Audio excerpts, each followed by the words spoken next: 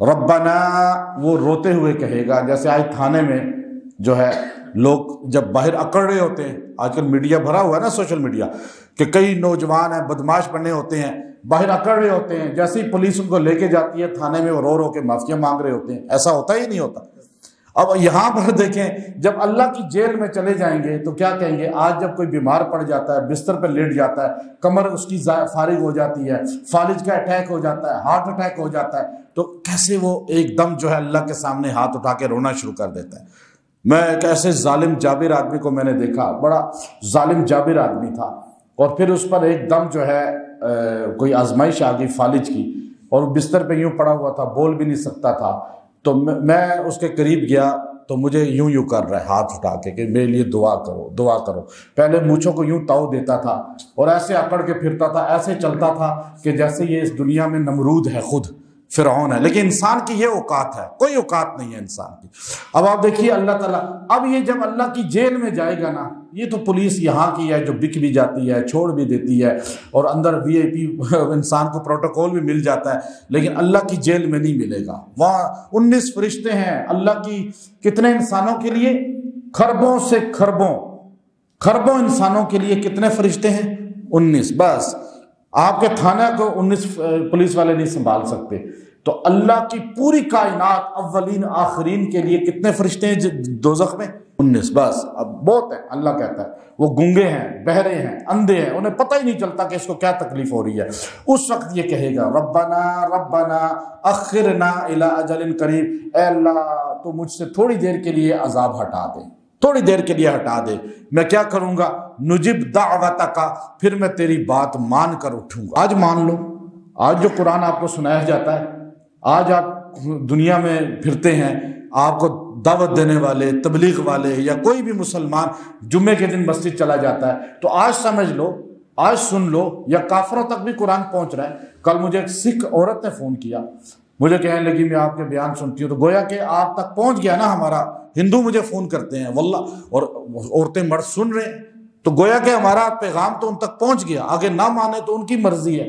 اور یہ آج حضور کی بات پوری ہو گئی کہ اے فاطمہ، ہر کچے پکے خیمے میں تیرے باپ کا دین پہنچ کر رہے گا.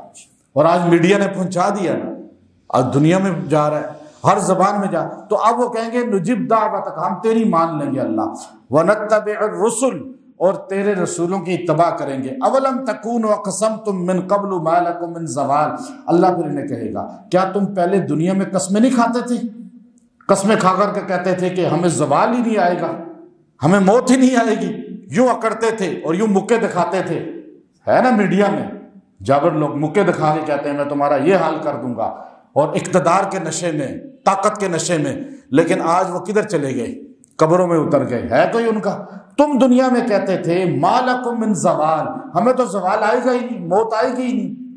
یا عملاً طور پہ کہتے تھے، پریکٹیکلی، یا زبان سے کہتے تھے. ایک ہے کہ عمل کے ذریعے کہنا، کہ اکڑ کے ایسے چلنا اور لوگوں کے ساتھ ظلم کرنا کہ مجھے موت ہی نہیں آئے گی، گویا کہ حساب ہی نہیں ہوگا. لیکن دوسرا زبان سے کہنا کہ ہم موت کو مانتے ہی نہیں ہیں. دونوں چیزیں اس میں شامل ہیں. اللہ نے کہا اس سے بڑی بات دیکھو، وَسَكَنْتُمْ فِي مَسَاكِنِ الَّذِينَ ظَلَمُوا أَنفُسَهُمْ، اور تم بستے تھے، رہتے تھے DHA میں، بیریا ٹاؤن میں، تم کلفٹن میں، تم جو ہے بڑے عسکری میں، بڑے بڑی VIP سوسائٹی میں، E7 میں، F7 میں، F8 میں، یا نیو یارک میں، جہاں بھی تم بستے تھے، رہتے تھے، تو تم انہی لوگوں کی بستیوں میں رہتے تھے جن کو میں نے پہلے پکڑا، ان پہ میں نے عذاب لایا، اور وہ تمہارے سامنے سسک کے کس طرح بیمار ہو کر مرے، اور تم نے ان کا انجام بھی دیکھا، لیکن پھر بھی تم نے عبرت حاصل نہیں کی. اللہ یہ ترجمے میں کہہ رہے ہیں. ترجمہ جو ہے نا آپ دیکھیے، وَسَكَنْتُمْ، اور تم رہتے تھے، فی مساکن، ان گھروں کے اندر، الذین ظلموا انفسہم، ان لوگوں کے گھروں میں جہاں یہ لوگ اپنے پہ ظلم کرنے والے رہتے تھے. انہی سیکٹروں میں، پوری دنیا میں، چاہے وہ غریب ہے امیر ہے، میں تو ویسے بھی کہہ دیا سیکٹر بڑے. اب وَتَبَيَّنَ لَكُمْ، اور تم پر کھل بھی گئی تھی ساری بات، کیف فعلنا بہم، کہ ہم نے ان کے ساتھ کیا سلوک کیا. وَضَرَبْنَا لَكُمُ الْأَمْثَالَ، اور میں نے تمہیں مثالیں دے کے سمجھایا بھی تھا. قرآن تو مثالیں دے رہا ہے، حضور اور صحابہ تو مثالیں دے رہے ہیں، لیکن میڈیا آپ کو بتا رہا ہے کہ فلاں کے ساتھ کیا ہوا. آج ہمارے سامنے مر رہے ہیں نا ظالم لوگ، کس حال میں مر رہے ہیں، ان کا جنازہ پڑھنے والا کوئی نہیں ہوتا. ان کے لیے یوں ہاتھ اٹھانے والا کوئی نہیں ہوتا۔ تو آپ دیکھیے پھر بھی ہم عبرت حاصل نہیں کرتے۔ اب جو تدبیریں کر رہے ہیں، جو پلاننگ کر رہے ہیں، ان کے لیے آیت یہ نازل ہوئی جو میں آپ کو بتانا چاہ رہا ہوں۔ یہ آیت ہے وَقَدْ مَكَرُوا، یقیناً انہوں نے تدبیریں کی، مکرہم، جتنی تدبیریں تھیں ان کی انہوں نے کر لی، ہر داؤ پیچ کھیلا جو بھی کھیل سکتے تھے انہوں نے، لوگوں کو رسوا کرنے کے لیے، لوگوں کو پست کرنے کے لیے، اسلام کو ختم کرنے کے لیے، مسجد مدرسے کو پست کرنے کے لیے، دین والوں کو ڈاؤن کرنے کے لیے، یا لوگوں کے مالوں پہ قبضہ کرنے کے لیے، حق بات کو روکنے کے لیے جتنی تدبیریں کر سکتے تھے کی۔ وَعِندَ اللَّهِ مَكْرُهُمْ مَكْرُهُمْ، لیکن ان کی ساری تدبیریں اللہ کے سامنے ہیں۔ وَإِنْ كَانَ مَكْرُهُمْ، اور ان کی تدبیریں ایسی تھی لِتَزُولَ مِنْهُ الْجِبَالُ، کہ پہاڑ جو ہے وہ جس طرح مضبوط ہے اس طرح ان کی تدبیریں بھی مضبوط تھی۔ اتنے جابر لوگ تھے آج دنیا میں جو اپنے آپ کو سپر طاقت کہتے ہیں، جو طاقت کا سرچشمہ اپنے آپ کو سمجھتے ہیں، ان کی تدبیریں کچھ چھوٹی ہیں، لیکن ان کی تدبیریں وہ پگڑی پہننے والے، جوتے پہن کر پہاڑوں پہ لڑنے والوں کے سامنے فیل ہوئی یا نہیں ہوئی؟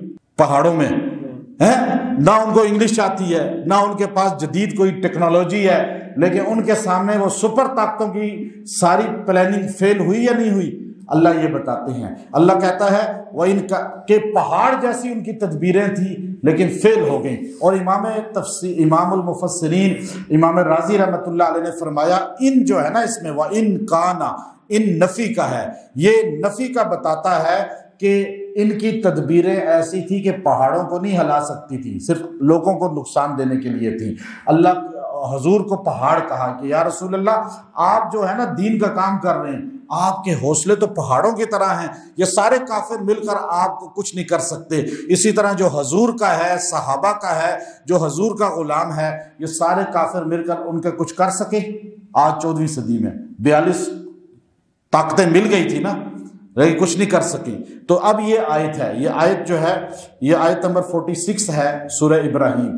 اگر آپ کے خلاف کوئی پلاننگ کر رہا ہے، چاہے وہ انسان آپ کو رسوا کرنا چاہتا ہے، ذلیل کرنا چاہتا ہے، بلیک میل کرنا چاہتا ہے، آپ کو ڈاؤن کرنا چاہتا ہے، آپ سے پیسہ چھیننا چاہتا ہے، زمین چھیننا چاہتا ہے، آپ کو کوئی بھی ذلت دینا چاہتا ہے، اور اگر جادو جنات کا وار بھی کرنا چاہتا ہے، انس جن کوئی بھی ہے، اول آخر اپنا پرایا کوئی بھی ہے، معلوم نامعلوم کچھ بھی ہے، تو آپ اللہ کی عدالت میں یوں اس آیت کو پڑھیں 70 بار 3 دن تک، اور پوری آیت کریمہ پڑھنی ہے۔ آیت نمبر 46 ہے اور سورہ ابراہیم 70 بار پڑھ کے دعا کریں، اللہ تعالیٰ اس کو زوال دے گا، گرفت میں لائے گا، اور آپ سے جادو ہے تو وہ بھی ٹوٹ جائے گا، آپ سے کوئی بھی وار ہے ختم ہو جائے گا۔ اس کو پانی پہ دم کر کے پی بھی لیا کریں۔ آپ یہ کہیں جی وہ میرے پیچھے لگا ہوا ہے، مجھے تکلیف دینا چاہتا ہے، یہ چھوڑ دیں۔ جب یہ آیت آپ کے پاس ہے تو کوئی آپ کے پیچھے لگ کے آپ کو نقصان ہمیشہ نہیں دے سکتا۔ آپ حضور کو اللہ نے یہ جملہ کہا ہے تو حضور کے پیچھے تو کنٹینیو لگے ہوئے تھے اور آج بھی لگے ہوئے ہیں، حضور کو آج بھی نقصان دینا چاہ رہے ہیں لیکن نہیں کر سکتے کچھ۔ جو حضور کی توہین کرتا ہے وہ خود ذلیل ہو جاتا ہے، جو صحابہ کی توہین کرتا ہے وہ خود ذلیل ہو جاتا ہے، کیونکہ اللہ نے یہ آیت جو اتار دی تھی، اور جو آپ کو پست کرنا چاہے گا وہ خود ذلیل ہو جائے گا۔ وآخر دعوانا ان الحمد للہ رب العالمین۔